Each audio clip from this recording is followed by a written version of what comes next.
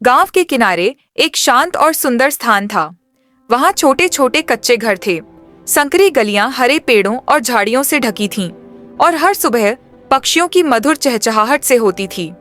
इसी गांव में सूरज नाम का एक लड़का अपने पिता के साथ रहता था। सूरज के पिता एक कुशल मूर्तिकार थे, जिन्हें गांव के लोग बहुत सम्मान और आदर की नजर से देखते थे। पिता का काम बेहद कठिन था। वह बड़े बड़े कठोर पत्थरों को औजारों से काटते और तराशते ताकि वे सुंदर मूर्तियों का रूप ले सकें। जब भी कोई मूर्ति पूरी होती, गांव के लोग उनकी कला की तारीफ करते, मगर सूरज की नजरों में इसमें सिर्फ संघर्ष और थकावट दिखती थी। एक दिन सूरज अपने पिता को एक विशाल पत्थर पर हथौड़ा चलाते हुए देख रहा था। पत्थर इतना बड़ा और सख्त था कि हर वार के बाद पिता के माथे पर पसीने की बूंदें चमकने लगतीं। सूरज से रहा नहीं गया। उसने धीमे स्वर में कहा, पिता, यह पत्थर इतना बड़ा और कठोर है, आप इसे क्यों काटने की कोशिश कर रहे हैं? यह तो असंभव लगता है। पिता ने हथौड़ी एक तरफ रख दी, मुस्कुराए और सूरज की ओर देखा। उनकी आंखों में थकान तो थी, लेकिन उसके पीछे अनुभव और ज्ञान की गहराई भी झलक रही थी। उन्होंने कहा, बेटा, अगर तुम्हें इसका उत्तर चाहिए तो तुम्हें मेरे साथ एक यात्रा पर चलना होगा। कल सुबह तैयार रहना। सूरज को कुछ समझ नहीं आया, लेकिन उसने सिर हिलाकर हामी भर दी। रात भर वह यही सोचता रहा कि पिता उसे कहाँ ले जाने वाले हैं। अगले दिन सुबह सुबह पिता ने उसे जगा दिया। गांव अभी नींद में था, ठंडी हवा चल रही थी। सूरज ने उनींदी आवाज में पूछा, इतनी सुबह कहाँ जाना है? पिता ने मुस्कुराते हुए कहा, बड़े सवालों के जवाब पाने के लिए धैर्य और समय दोनों चाहिए।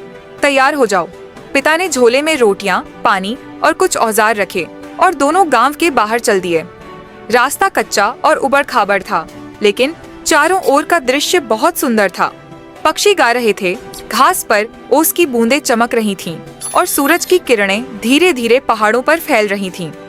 काफी देर चलने के बाद वे एक ऊंचे पहाड़ के पास पहुंचे। वहां एक विशाल पत्थर टूटकर कई टुकड़ों में बिखरा हुआ था।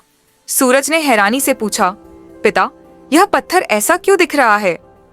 पिता ने मुस्कुराते हुए कहा, बेटा, यह तुम्हारे सवाल का जवाब देने की शुरुआत है। यह पत्थर कभी टूटा नहीं था। यह एक विशाल और मजबूत चट्टान का हिस्सा था, मगर इसे औजारों ने नहीं, बल्कि बारिश की बूंदों ने तोड़ा है। सूरज ने चौंककर कहा, पानी की बूंदें? इतनी कमजोर चीज इतनी बड़ी चट्टान को कैसे तोड़ सकती है? पिता ने समझाया, बूंदों की ताकत उनके आकार में नहीं, बल्कि उनके लगातार गिरते रहने में है। सालों तक बिना रुके बूंदें इस चट्टान पर गिरती रहीं और धीरे धीरे इसे कमजोर कर दिया। आखिरकार यह टूटकर बिखर गया। सूरज ध्यान से सुन रहा था। उसके पिता ने आगे कहा, याद रखो बेटा, कठिन से कठिन लक्ष्य केवल ताकत से नहीं, बल्कि निरंतर प्रयास और धैर्य से हासिल होते हैं। अगर ये बूंदें हार मान लेती तो यह पत्थर कभी नहीं टूटता। सूरज को पहली बार अपने पिता का काम समझ में आने लगा। यह केवल पत्थरों को तराशने की मेहनत नहीं थी, यह जीवन का एक बड़ा सबक था।